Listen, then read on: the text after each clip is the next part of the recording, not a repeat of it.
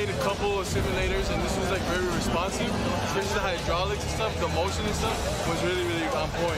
You feel like you're really driving. It feels real. It adds so much to the experience. It's just really, really cool. It was pretty awesome.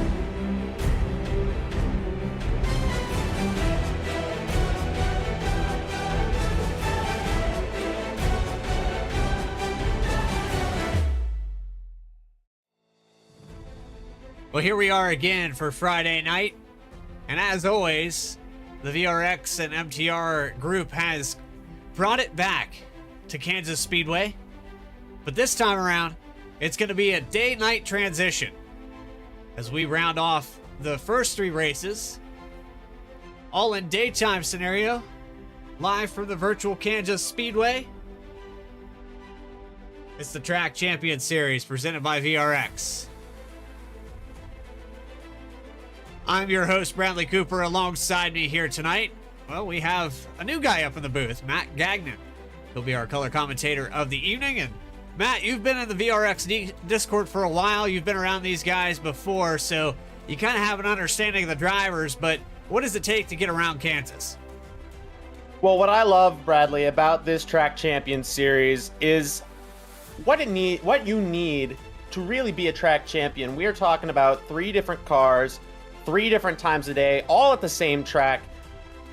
You need to be able to manage your tires, especially manage your fuel. We've seen races come down the fuel strategy, and go out there, run up at the front in the right time, take a checkered flag, and that's what you need to do to win tonight here at Kansas.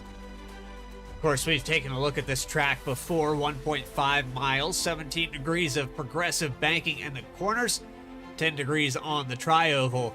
Opened June 1st, 2001. Race analysis coming up on your screen. 50% fuel here today. We're going to have a 70-lap shootout, essentially. But there will be at least 2 green flag pit stops. I've been told that they can only make about 24 to 28 laps. So that might be cutting it a little short, depending on where you are on the racetrack, how hard you're pushing it. These trucks can almost go wide open for the first probably 10 laps or so. So it'll be very easy to overrun. Points coming up on your screen here as soon as I figure out where they went. PJ Cox leading by 6 points, and Dakota Floyd moves up a position. He's in 3rd. Actually was the leader after week 1, has fallen down. There's been a lot of shuffling going on, but you can see right here, everyone that has won a race is not even up on the top of this standings.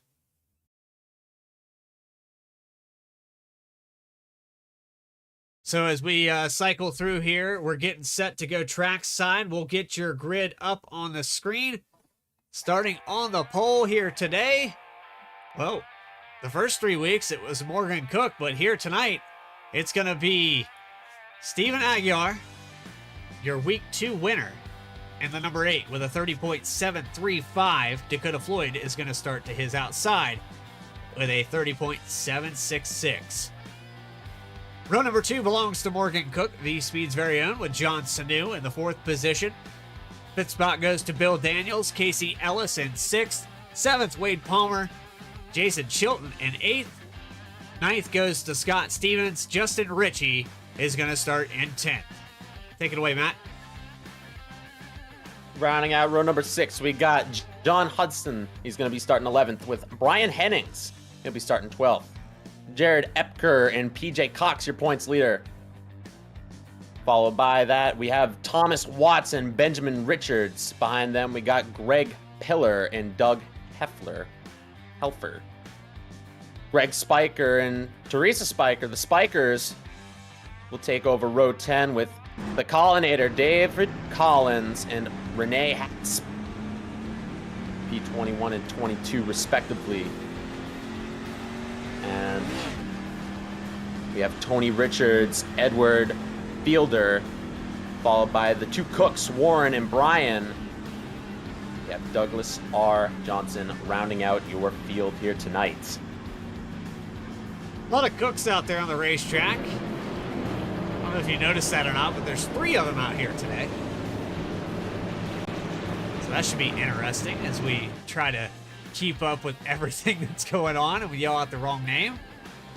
There will be a lot to keep up with. This is going to be a very action-packed race, and I'm excited to watch this unfold here. Well, here we go for week number 4. Some familiar names up front, but some new ones as well. The Kansas Track Champions Series is set to go at Kansas for a 4th time.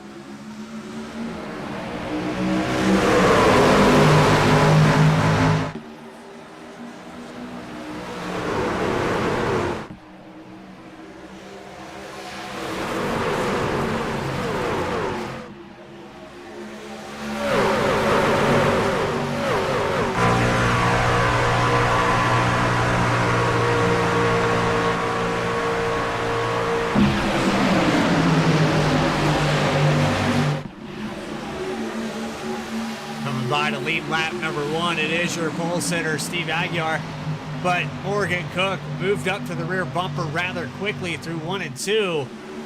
Down the backstretch, all over the back end of that machine as they're offset 3 wide.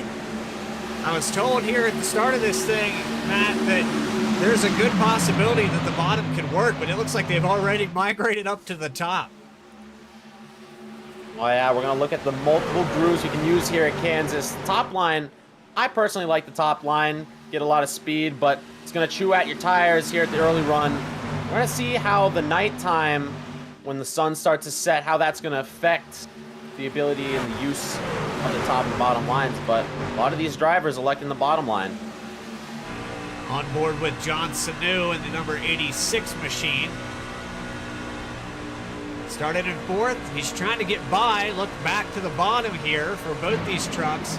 Morgan Cook got passed by Bill Daniels out of 3 and 4 across the tri-oval. The 28 was able to clear, so that kind of proves that the bottom is good, at least for 3 laps as we come by for lap number 4.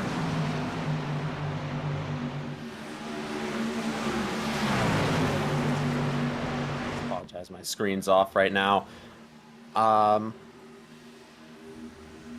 Well, we're side by side here with 5th position, Wade Palmer, Dakota Floyd. This is the crack the top 5. Floyd has fallen back 4 positions. He's trying to hold on to the top 5, but they're side by side through this tri-oval, almost some contact coming out of turn 2. Stephen Aguiar still holding on to a strong lead over Bill Daniels. We're going to see some side-by-side action behind him as Morgan Cook's under fire from John Sanu. We move down into turn 3. Sanu on the bottom. See how he pulls off at 4. Thus far, the biggest loss of positions is the 39 machine. Scott Stevens started in 9th. And the 59 has fallen back to 24th, so there must have been an issue here in the top 10 during the race at the start of this race that created a situation, because that's a lot of positions lost in a short amount of time. One of the things about these kind of tracks here, you look at Kansas, you kind of look at Michigan too. Where you start the race does help you out a lot, but it's not going to be a game. It's not going to be a day ender. We see a lot of drivers go from back to front and front to back in an instant. That's the beauty of Kansas. John Sanu able to complete the pass on Morgan Cook, works his way into the top 3. Very tight there off the exit of turn 2.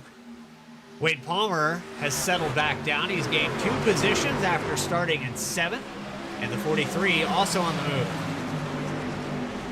Look right behind them. We're going to see Dakota Floyd under fire from Brian Hennings as we move down the front straightaway. Hennings was right on the back bumper in the middle of the corner.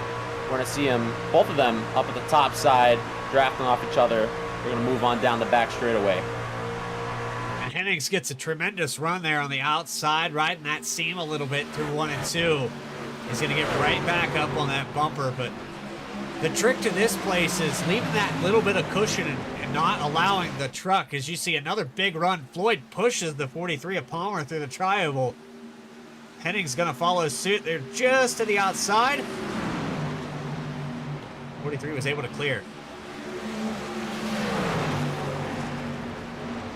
Little 3 wide almost right behind him with Dakota Floyd, Hennings, and I believe that's Justin Ritchie. They all settle out. Great train starting to form off in the 3.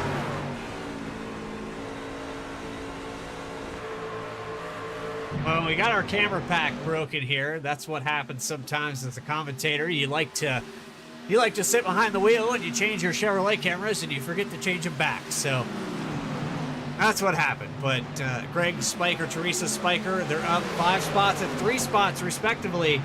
Moving up through this field, 15th, 16th position for both these drivers. And a little bit side by side behind them. But, well, we did have the truck. Thomas Watts just disappeared on us there. It's Doug Heffler on the inside. Back up front, though, we have Wade Palmer looking to the inside of the 24 of Floyd. Watch out for Wade Palmer. On the inside of Floyd. Oh, Starting man, to form a pack right in front of him. Chops right in front of the nose of Hennings. that was tight Side by right side there. in front. As Risky tight as move it there. gets. Watches Go back. Morgan. He's going to tuck right behind Floyd. Floyd's starting to make his move. Up Oh. to the front. Did Here, you see the P4. little bumper contact there with Cook? I did not. Wade Palmer came out of turn 4 and gave him a little shot there down the tri-oval. Hennings in the wall just behind Whoa. that. That's going to allow Justin Ritchie by. Good save by Hennings. Manages to go straight while only losing 1 spot. Not too far off from, I believe that's PJ Cox right behind in the 05. Hennings still trying to remain solid here. PJ Cox, of course, your points leader coming into tonight. Had a stellar day last week. Another top 10 day right now as it sits in 9th position. He's gained 5 spots to be here.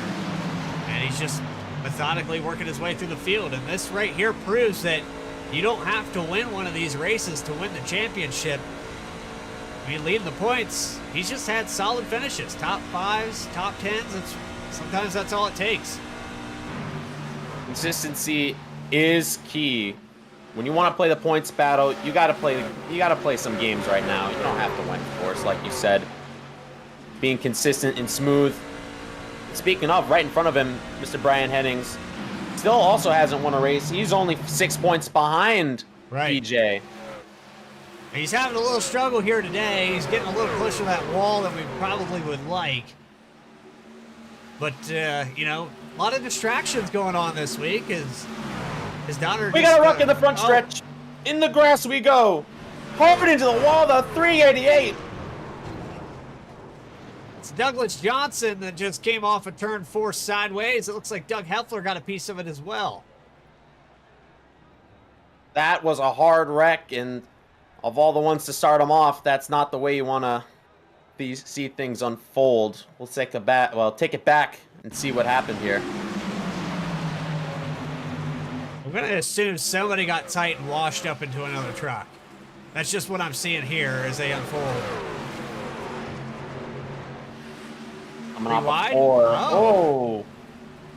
Was that a little net code I see, or just a little... What? I don't think that was net code. I think the 64 maybe got loose. Back it up one more time. Yeah, he got loose. Just overcorrected. Maybe thought he was going to hit the 10 of Greg Spiker. But whoever is in that truck, just behind. From the other angle I watched that, I got to figure out who that was.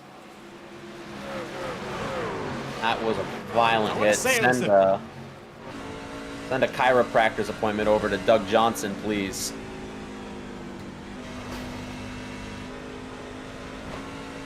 Oh, he didn't make it through. The 59 did. One more time on board. This is with Scott Stevens and he just sneaks past this.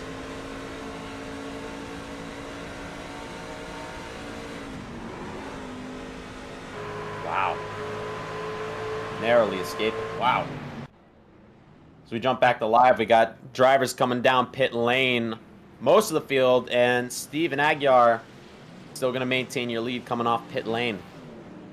John Hudson stays out this time, so the 3 truck maybe trying to get a lap lead. We'll see here. 17 laps on the stint. I wouldn't think he'd want to stay out there, but we are on limited tire sets, so maybe he's trying to save one to his back pocket here. I'll have to wait and see, but that truck definitely going to have some struggles keeping track position. Bill Daniels works his way out. He'll be 3rd here. Wade Palmer, Brian Hennings. That's the top 5. Points leader PJ Cox. He's gained a few positions on pit road there. He was running about 8th, 9th position, now up to 6th.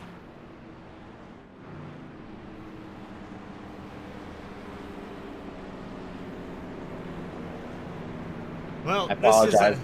It's all right. It's all right, man. This is a perfect opportunity right here to take a quick commercial break and get all these technical issues that we're having sorted out. We're only humans, so we'll take a quick little break.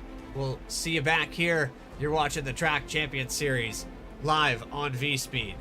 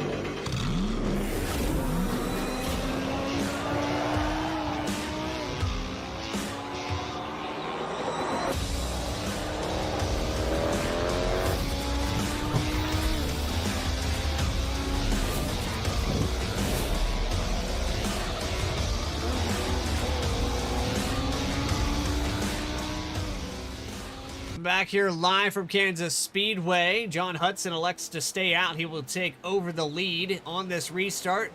Green flag's out for the 2nd time today from Kansas, and Hudson with 17, 18 lap old tires is going to lead him into turn 1. Pulls away about a car length, but for how long? We see the 28 going on the inside already, looking 3 wide. Hennings, Aguiar, he's getting swallowed up going down the back straight. 3 wide down the back straightaway into 3 and 4. Hennings on the inside. That's Aguiar in the middle, and Hudson with the older tires actually hanging ground there on the outside. He gets a good run on the 8 and the 74. They're stacking up behind him though. He's holding on to it down in the turn 1. Is still bunched up, briefly 3 wide behind. Watch out for this run coming down on the back straightaway from both Aguiar and Floyd. 3 wide here for 2nd and 3rd. Into the wall though, the 3 sideways. Still trying to save it. Oh, and the 24 Floyd's around. Airborne truck on the front straightaway. Caution is back out. And that's the gamble of not taking tires. We've seen it before where it's hard to keep pace and guys not predicting where you're going to get back on and off the throttle there. And that's just a product of what we saw in real time. The 3, that was the 11 of Epker that went end over end there. I think the 3 just sent it a little too hard into 3 and tagged the wall, got loose from the bumper of the 8. But like you said, sometimes you need to take a risk if you want to make big jumps, and the 11 certainly made a jump. The 8 of Aguiar that originally got into the back of the 3, he gets by with minimal damage, but Dakota Floyd, Epker, the 56 of Richards, the 3 of Hudson, and even the 35 of Ellis getting a piece of it right at the end. all have damage. And that will bring us back to pit stops. Looks like guys are going to come in and top off with fuel. Bill Daniels, who just got the lead, is going to come in and top off with fuel. When you come down to a race that you need to save fuel, you want to pack in as much as you can. All that Sunoco fuel, it's going to get burnt off eventually, but you need to be smart with it. Manage your resources, and this is what these drivers are doing.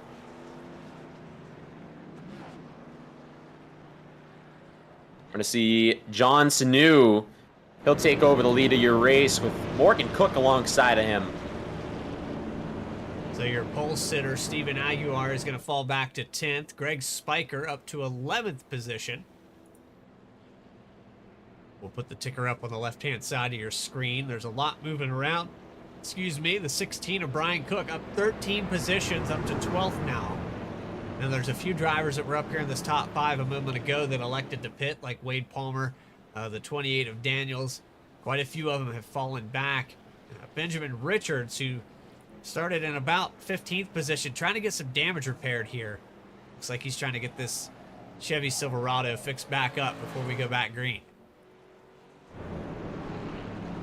You know, if I had to pick a driver to lead the way through a long green flag run, which hopefully we'll see here, I want to see Morgan Cook. I want to see Morgan Cook on a long green flag run. He's a very smart, patient driver. He knows when to make a move. I want to see this man on a long green flag run. What are your thoughts here, Bradley? I mean, he proves that he can get around this place. He started on the pole several times. He of course, got that victory last week, so he definitely knows what he's doing. But this truck versus what he did in the Cup car versus... that's the problem. You never get used to the same scenario. So it's kind of a disciplinary thing. Morgan's proven that he can drive a long run, but there's a lot of guys out here that I would like to see just some green flag racing to see how they will respond, how it's all going to unfold. PJ Cox, a prime example. He sneaks his way up here into the top 5 now after starting outside of the top 10. It's like lights on the pace truck should be heading out this time around. We'll be going back green next time by. When is the sun supposed to set here? We're going day to night. We're going to see drivers maybe taking the track a little bit differently than they would in the day with the track temp going down. But with the sun, the heat going away, I want to say that the drivers are going to heat up even more. Well, and I think that with that transition, this track cooling off, current weather that we have right now is somewhere in the 100 range when we started this race out. Of course, of all the buttons that I have to click here, there's the track temp currently at 82. The ambient air temperature is dropped down to 70, so you'll continue to see that track temp fall, and with the sun going away, you'll probably see it match that ambient air temperature a lot closer within probably the next 10 laps or so. It's going to be they have ×4 progression on this race tonight.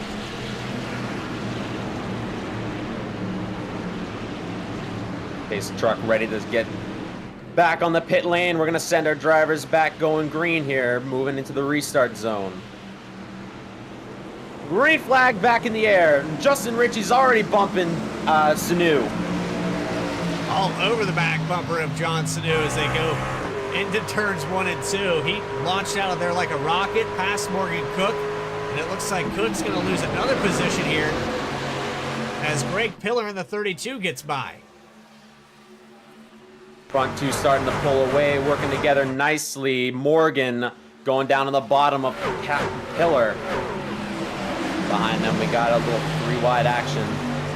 Watch out. Oh, loose! Aguiar manages to hold on to it, moving down the front straightaway, side by side with Cox.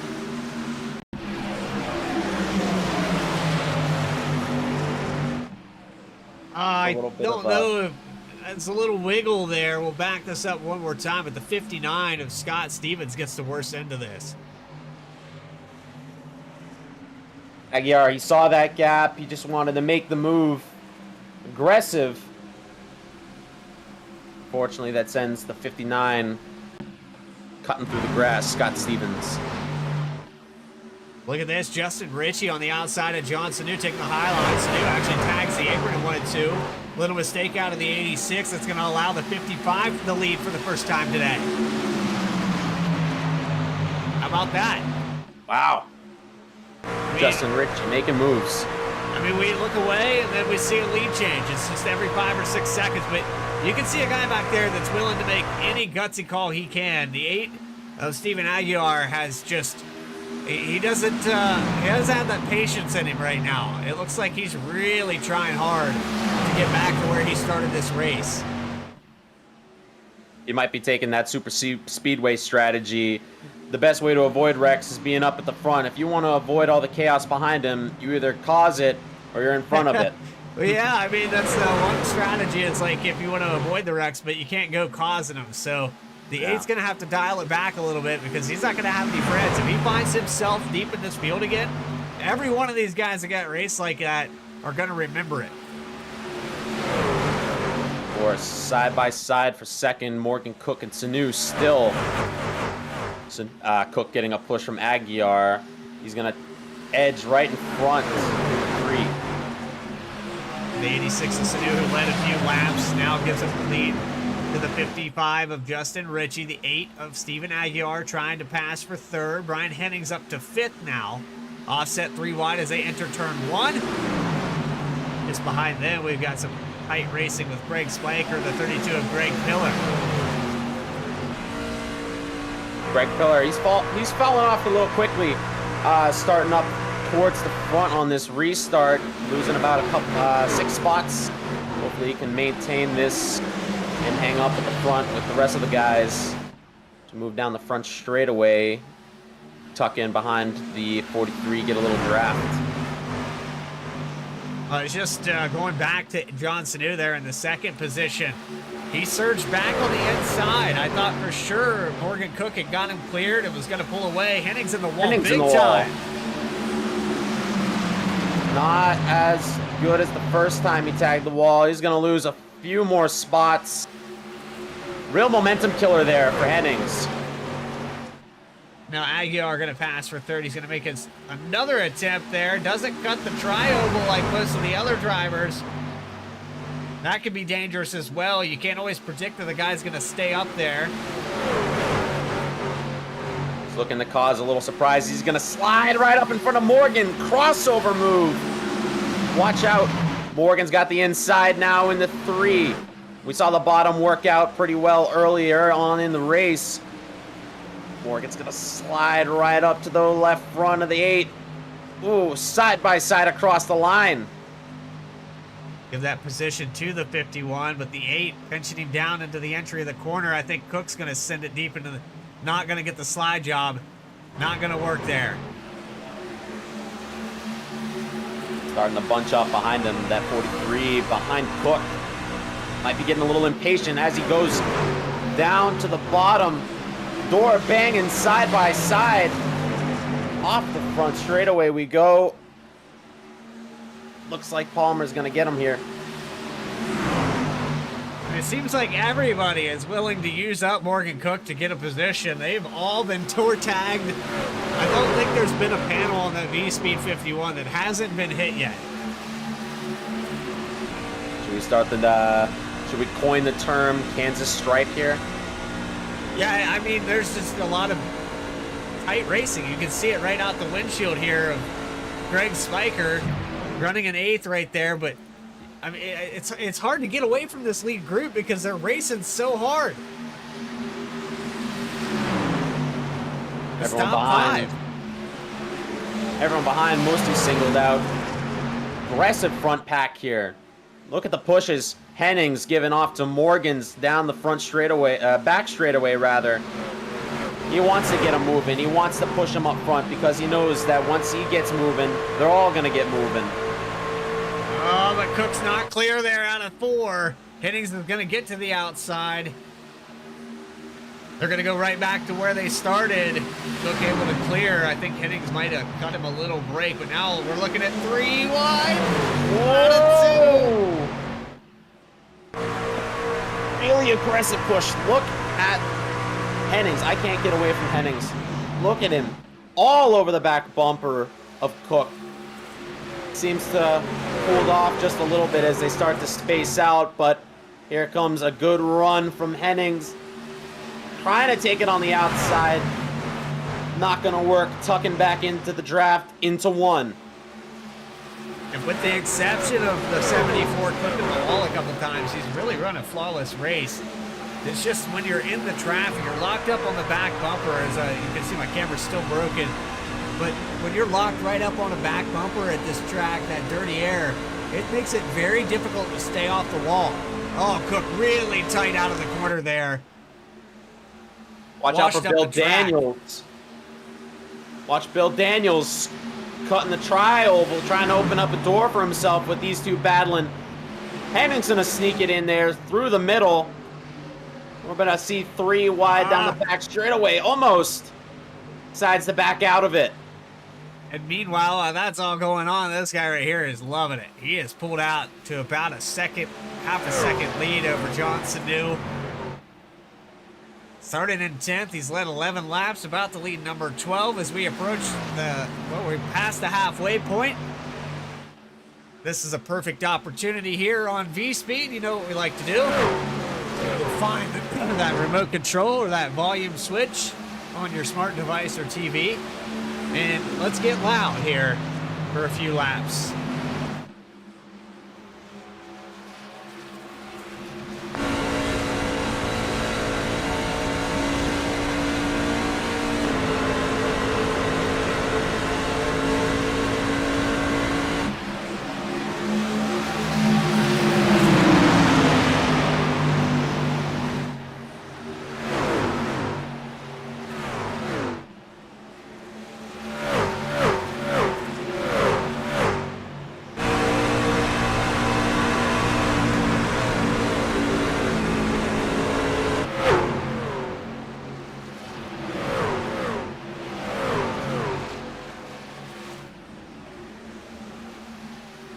And for a few laps there, they're still 3 wide. I don't know what's going on back here, but Daniels cuts Morgan Cook another break.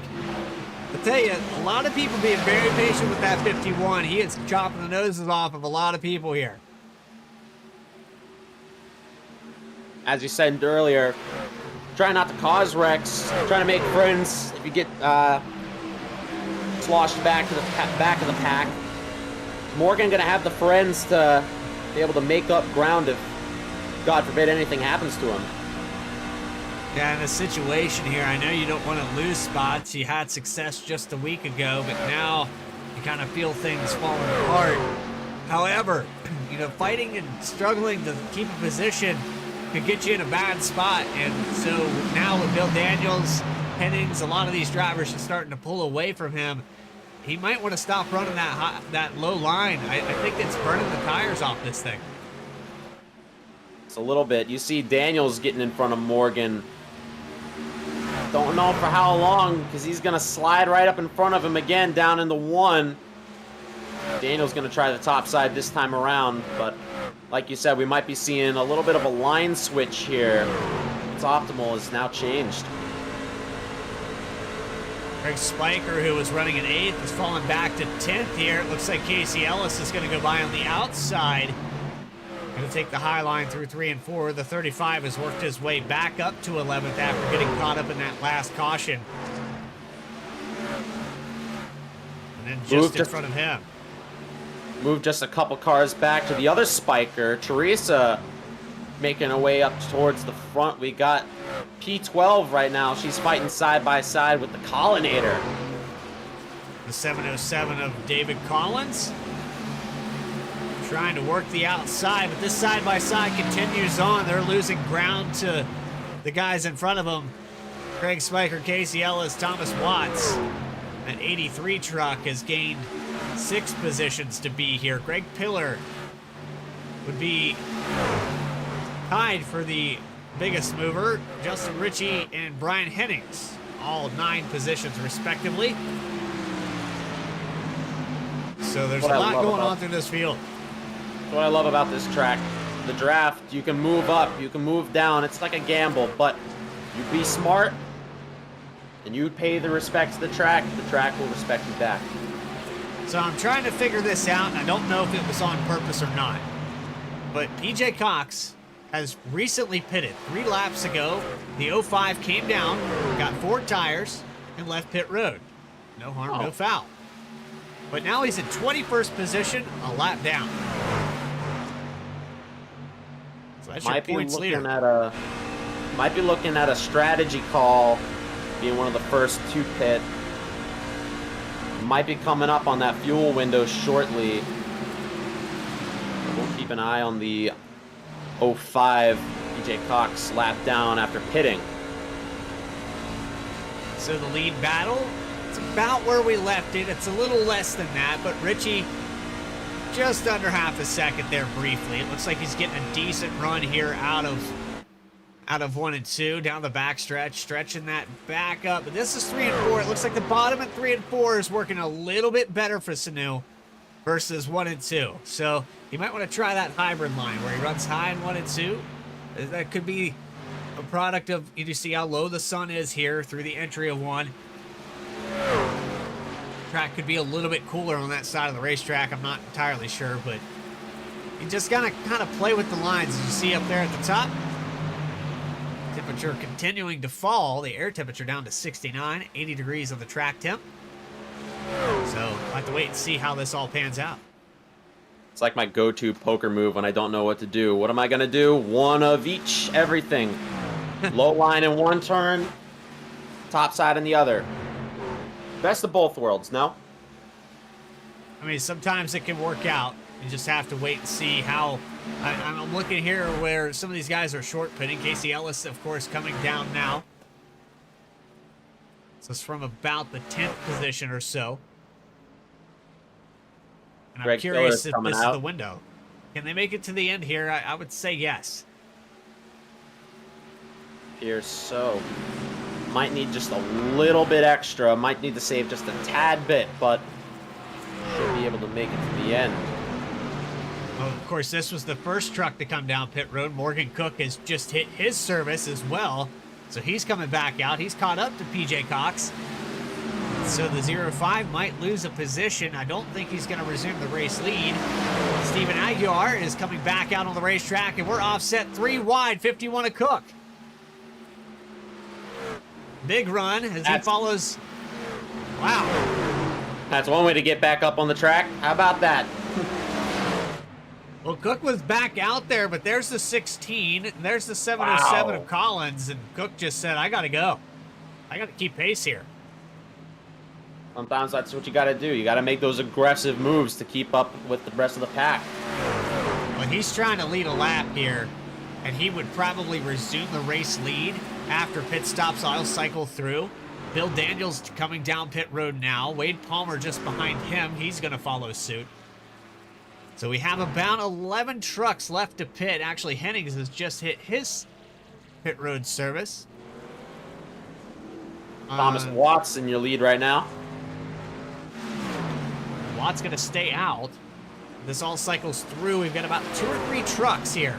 And Benjamin Richards, go out there on the racetrack. His last service, 1:20 to get down on and off the pit road. Had some damage, but he's up to 5th now.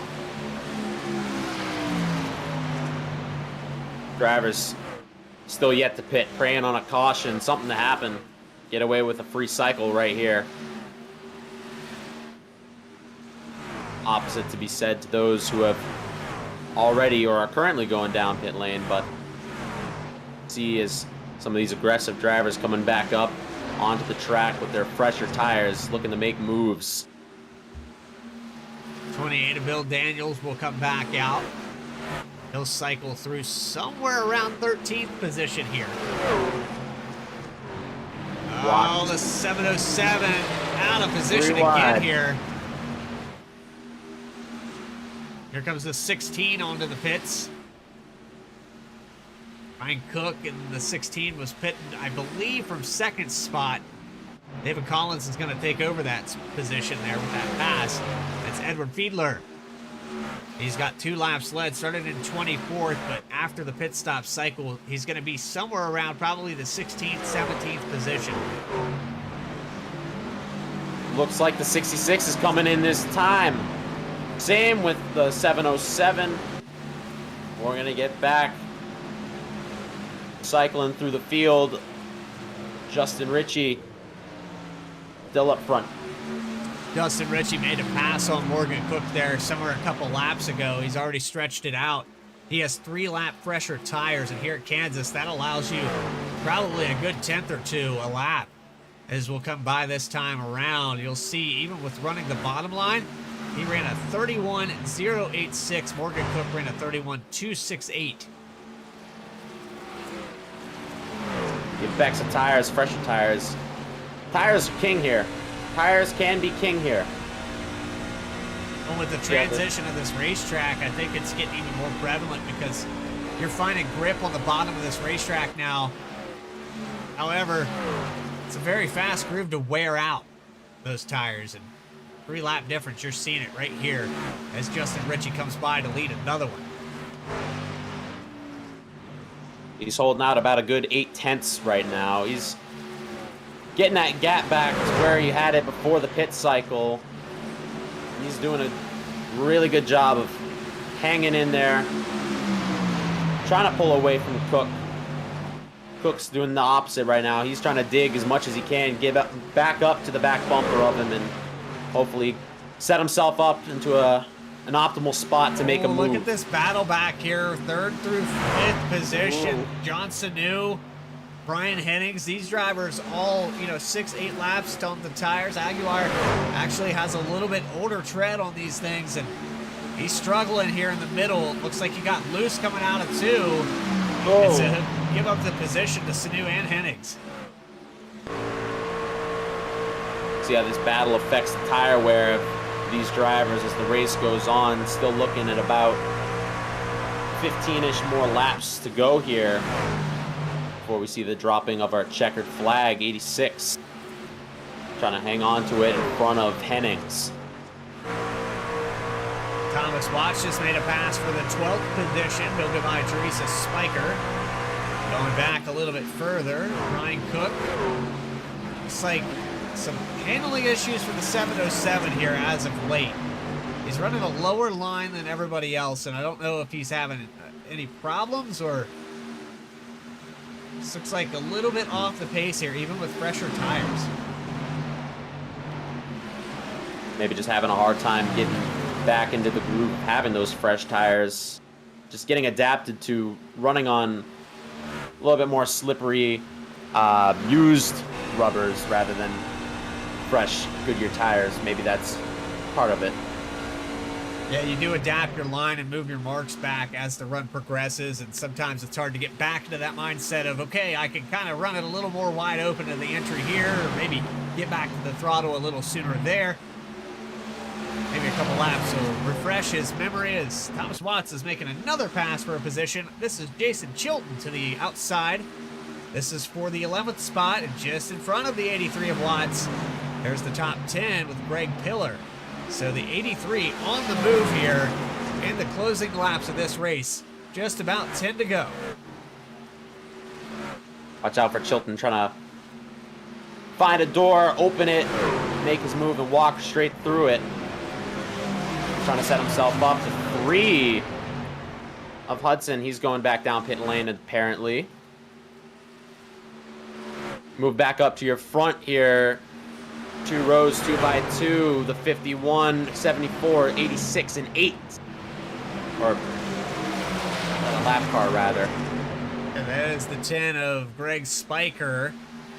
Had some problems. He's 2 laps down. I believe maybe had to come back in for service and top off of fuel. Not entirely sure what happened to the 10, but... Fortunate. That's the word for you right there. Yeah, he's having a top 10 day.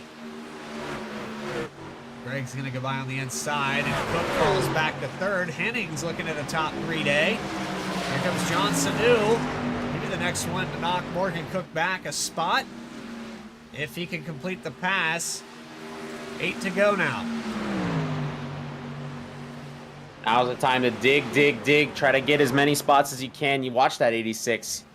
He's aggressive. You saw how he cut that tri-oval. He had 2 tires off in the grass even. He's going to hold right up to the back bumper, the 51. He wants it. He wants it bad. Peek to the inside through 3 and 4. The 3 of Hudson going to break the air up a little bit here. And offset 3 wide. They're still 3 wide. Hudson's going to move down, let the 86 by. Not quite complete on the pass, though. Cook still holding his own up there. And it's frustrating. It must be something going on with this outside line that I'm not aware of tonight, because everybody's trying to run that bottom. I don't know much about racecraft like that, or track dynamics either. I can't tell you much there, Bradley, but bottom line seems to be king at the moment as the day has become night. You saw that move from the 86. He cleared the 51. New sitter in the top 3 club. The 86 of Johnson, who takes over 3rd spot. Steve Aguilar on a little bit older tires is going to get a top 5 day, it looks like. Bill Daniels is a solid 2 seconds behind him. Wade Palmer going by PJ Cox to the inside. This is for the 7th position. And Casey Ellis just behind him. So PJ Cox, who was the first to really bring it down pit road during this cycle, he's starting to regret it now as he falls back. He's at threat of losing back to 10th.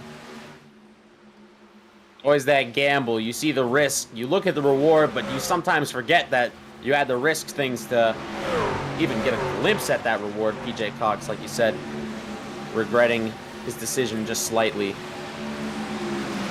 So officially, Thomas Watts has, we were watching that charge earlier, worked his way into the top 10. He gets past Jason Chilton. So the 83 gonna pull away. He's got about 4 lap fresher tires than everyone behind him. He'll continue to move on as we're under 5 to go. Justin Ritchie has set sail 1.8 seconds, the deficit back to Brian Hennings in the 74. John Sanu, an additional 7/10, so about 2.6. This lead has spread out, and we look like we're going to go pretty caution-free here from the end of it. Hopefully we didn't just jinx it, but 2 cautions, 9 lead changes. Great race here from Kansas. Battle here for the top 10. Thomas Watts under fire from Jason Chilton. All over the back bumpers, Mr. Chilton. He's looking at that door. He wants to walk through it, I'll tell you. Starting to go a little lower. A couple times. It's just a difficult thing with this old of tires. We're about 18, 19 laps on the stint here for the 4, and it's going to be difficult. He's going to need the 83 to probably make a little mistake. Sometimes those mistakes come from the added pressure. You add pressure, there's the heat. Watch him all over him. Looking to play a little mind games off in the 1 and 2. And he's going to get the run here out of the exit. He'll be door to door with him with 2 to go. He's got an opportunity as Justin Ritchie crosses for the final lap. What a great race from Justin Ritchie. He got that lead, and he has held onto it, and he's ran away from it. He's kicking this field right now, 2.2 seconds in front. He's looking for the checkered off in the 3. Well, I just saw Brian Hennings has been caught by John Sanu, but as we come out of the corner for the final time, Justin Ritchie, and there's the pass by John Sanu, not to overshadow it, but Sanu is going to take 2nd in a final turn pass. What a move there. Well, set it up perfectly. Gonna have to go back on the instant replay. Sanu had him on the backstretch, and Hennings falls back to 3rd. Let's go back and take a look at that really quick. Back it up a little bit more. This is through 1 and 2 here with the 86. Actually had a little door contact with the 10, Greg Spiker. It's Here's the side-by-side. got his run and executed 3 and 4 perfectly. Set up that run, took it away from Hennings. I wanted to see if the 83 and the 4 ever settled their battle. This was back here. The 4 had actually gotten to the inside on the exit of turn 2, but it looks like that momentum had dropped. And there's still a big run. It got close there for the top 10.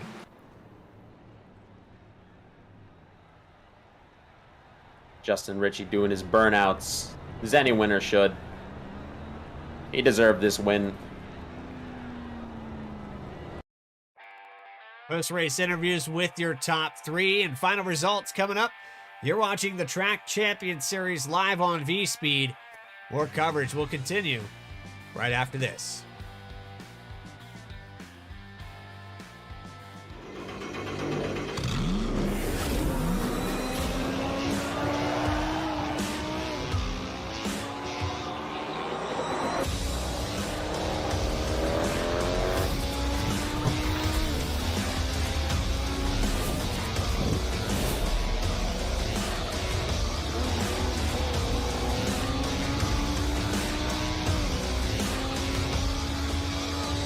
I played a couple of simulators and this was like very responsive, especially the hydraulics and stuff. The motion and stuff was really on point. Make you feel like you're really driving. It feels real. It adds so much to the experience. It's just really cool. It was pretty awesome.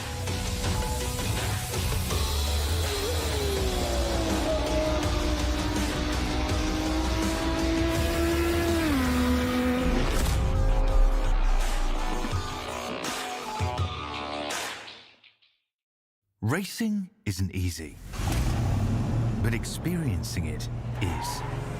iRacing puts you in the driver's seat with the industry's leading sim racing game. Drive on laser scan replicas of the greatest racing circuits from around the world. Go head-to-head against other drivers chosen by skill-based matchmaking to ensure competitive racing at every level. Compete across all your favorite series. In officially licensed cars, engineered to deliver the most accurate driving experience possible.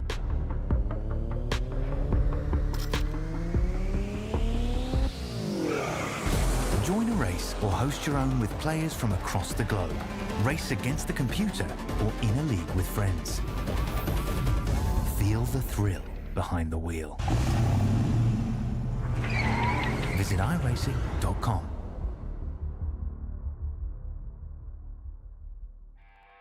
Welcome back to Kansas Speedway. The Track Champion Series has concluded its 70 laps in the day-night transition, the first race of this type for the 3 segments, and the Truck Series bringing out the debut for this transition. Final results up on your screen with 2 cautions and 9 lead changes. Justin Ritchie, after starting in 10th, well, he's going to snag the 4th victory and our 4th different winner this season. Johnson is going to bring it home in 2nd position with Brian Hennings in 3rd. Morgan Cook is going to finish in 4th. Hard fought there for the podium. Almost had it. Missed it by a couple laps. Stephen Aguilar also missing the podium. He fought hard, pitted short. Couple lap older tires, and unfortunately falls back after starting on the pole to 5th position.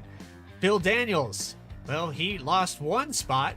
Pretty solid day for the 28. Wade Palmer, he finished where he started. PJ Cox, he gains a few. He'll finish in 8th. Casey Ellis, 9th. And it looks like Thomas Watts will round out your top 10. Just barely missing out on the top 10. Jason Chilton had a big run at the end. Couldn't make the move on Watts. Followed right behind 32, Greg Pillar. Scott Stevens finishes off in 13th. Decent day for Teresa Spiker, starting 20th, moving up to 14th. 6 spots gained. Benjamin Richards finishes in 15th. Edward Fiddler, he's going to go from 24th to 16th, and followed right behind him is Warren Cook. Other Cook, we have Brian Cook. He'll finish off in 18th. Behind him, David Collins, 19th, and Greg Spiker, he'll round out the top 20. Rest of the drivers involved in wrecks and accidents: Renee Hasp, John Hudson, 21 and 22nd respectively. Dakota Floyd got involved in one, finished his off in 23rd. Jared Epker, 24th. We have Doug Helfer, 25th. And rounding out your field, Douglas R. Johnson with that huge hit we saw to bring out the first caution of the race today. Well, that brings us down pit road. Our third place finisher here tonight, the number 74 of Brian Hennings. And I've caught up with him right now. Hennings, I tell you what, you had this whole thing typed up that you were going to have me read. I'm glad that I didn't have to read it. Yeah, thank you. Yeah, we'll make our dinner. So, what's up, bud? Well, I tell you what, man. Tonight you had brushes with the wall. You had brushes with other cars. I think you ran 3 wide several times tonight. How stressful was it to just get this thing over with? It was quite stressful. Yes, I killed myself a few times hitting the wall since, I am a fan of the wall. I hit it quite a bit. I was just, trying to get the maximum run and coming out of 4, if you get it just right, you like barely, if anything, touch the wall and you get more momentum coming around the start finish. And that's what I kept trying to do, and I got it coming out of 2 a couple times. But yeah, I was just, I was trying to catch Richie there at the end and I didn't have the tires for it. And as this race progressed, you guys got a variety of, the start where there was a caution there, probably around the time you guys were going to start green flag pit stops. Then you actually get to green flag pit stops. The racetrack's changing. The time that it takes to pit is changing. How do you adjust to all of that? Well, like I said, we were practicing, during the week, and that's why we're a little frustrated because our practice sessions, we were trying to get this timing right with it transitioning to night.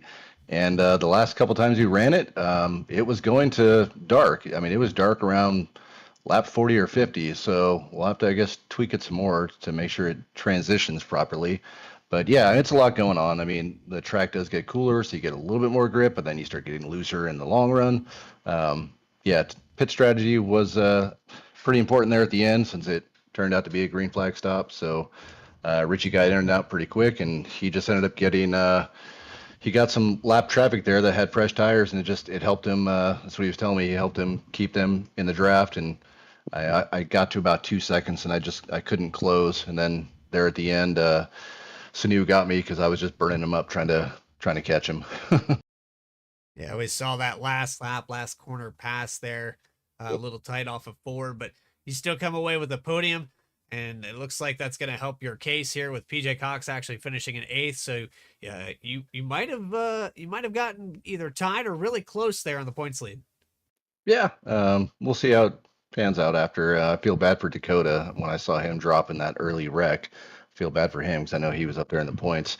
But still, there's weeks left. I mean, anything can still happen. I mean, I know I'll probably get involved in one of these at one point. But yeah, definitely go take a look at the points here in a little bit. But we got to get going to dinner. All right, man. Well, I appreciate your time. Anybody you'd like to shout out real quick while we have you? Just everyone at VRX, obviously you and everyone at Vspeed, and I see Mr. Flipper Gagnon is in the booth this week, so yes, can't sir. wait to go back and can't wait to go back and listen and watch everything. Any family and friends that might be watching, like I said, Robert Stanners, Paul Cannon, Matt Duvall, Jeremy White Cotton, Turd Nugget, and hi Renee, and my wife, of course, for letting me continue this fun hobby, and can't forget my wonderful daughter who turned 18 this week, and I cannot believe she's an adult. So that's why we're going to dinner. Well, there you go. Happy birthday to her, and we appreciate your time, Brian. We look forward to seeing you next week in the B car. Thanks, guys. Have a good one. That's Brian Hennings, third place finisher here tonight. Caught up on pit road, Matt Gagnon has caught up with your second place finisher, John Sanu. Hey, what's up, man? We are here with John Sanu right now. I think we got to address this first of all. You were heading third, heading into the final lap. You managed to pull off that last lap pass on Brian Hennings. So tell me, what was your thought process heading in, seeing that white flag? How were you going to get around him? Well, I knew my car was always good on long run, and I know it had pretty consistent speed, and I had been working through some of the traffic and slowly catching them. So I just knew don't get too ahead of myself. Don't overdrive it. run your line because I knew I was good center off, and as long as I don't overrun it, and I was hoping he maybe push it a little bit because I was gaining, that might close the gap of me being a little conservative of an entry in solid center off. And that's why I saw as I was getting around, I'm like, all right, I think I got a shot. As long as I don't screw it up, I think I got a shot. And it just worked out to where I got really good runs. I was running the bottom all day, had it dialed in pretty good, and just got a couple good runs. And he ran me clean, didn't try any weird blocks. And so good clean racer. So I was able to get around him. I knew it was going to be close, but I tried to keep it out of my head and just run consistent laps, and that actually paid off, and I was able to get around him clean. So yeah, great race. Enjoyed this race. It was definitely an amazing move to watch being pulled off right before our very eyes. So let me ask you this, John. We talk about the Track Champion Series. We're going over 3 different cars, over 3 different time states. How do you feel the track developed as we went from day to night? How did that affect your strategy going into this race today? Actually, we were actually talking about that a little bit earlier. We were a little surprised it really didn't transition until about 10 laps to go. Um, there wasn't a big transition, so the track didn't go through much of a change as we were expecting. It stayed pretty consistent. You got a little more grip on the last half of that last run. So you still had to be conservative with the tire because it's still easy to cook this right front. But it did allow a little bit of grip. We noticed it coming out of 4. That was the first corner to get a little bit of shade. You could run a little bit harder and run it up and still have a little bit of grip left in it.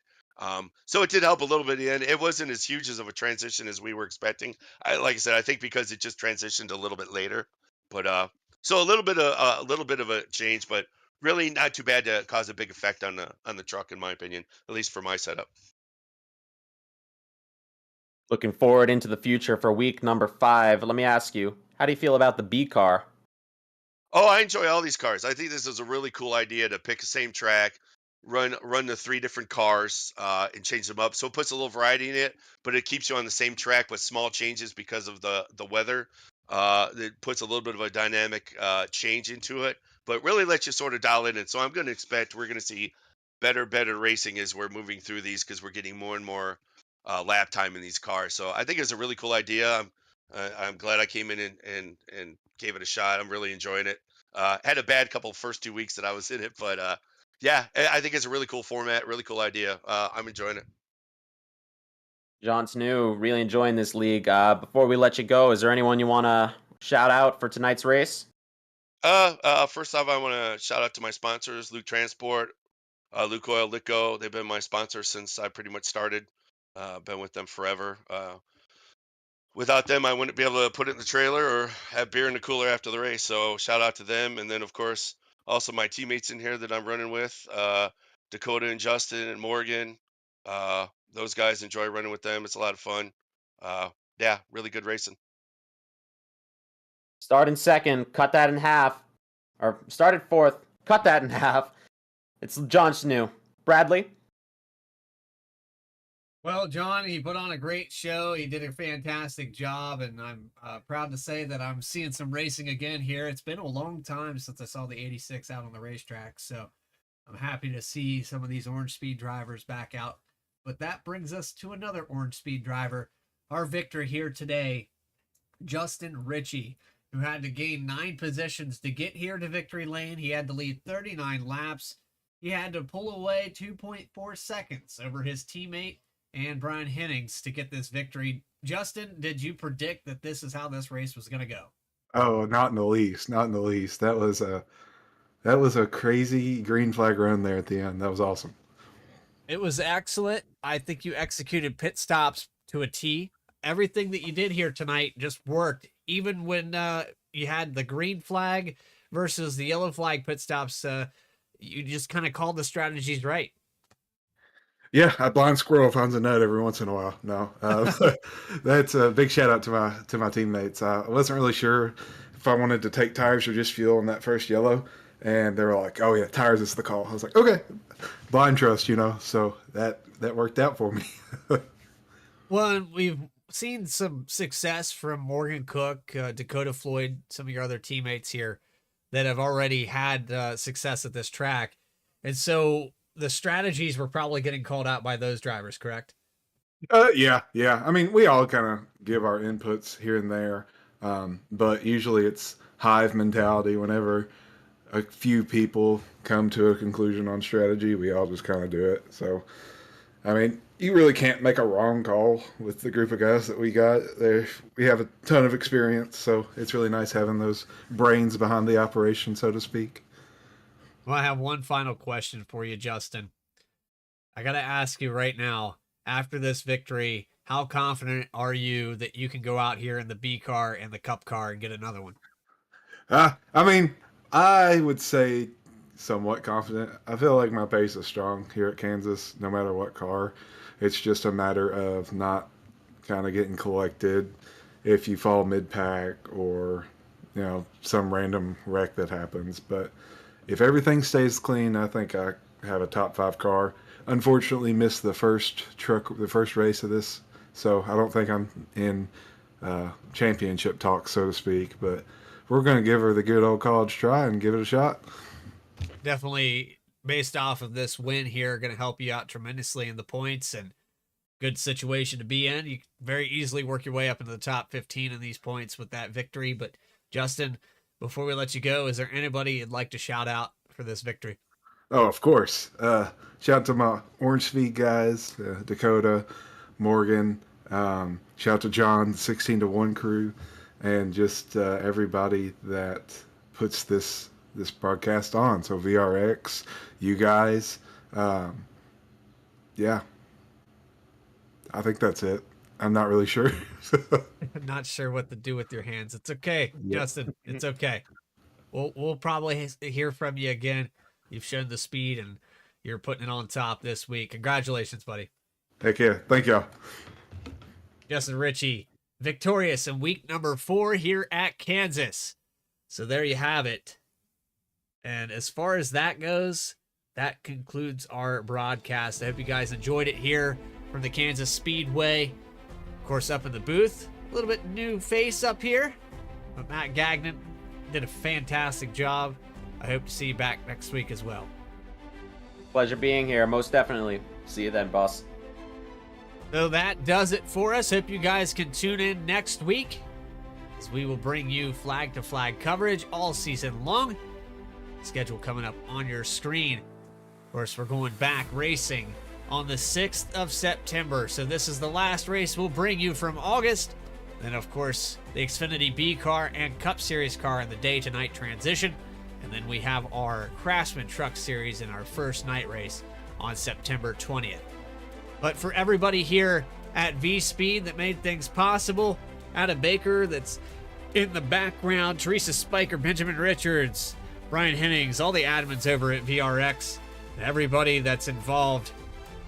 As for Matt Gagnon, this is Bradley Cooper telling you to have a great rest of your week, and we'll see you next time here on Vspeed.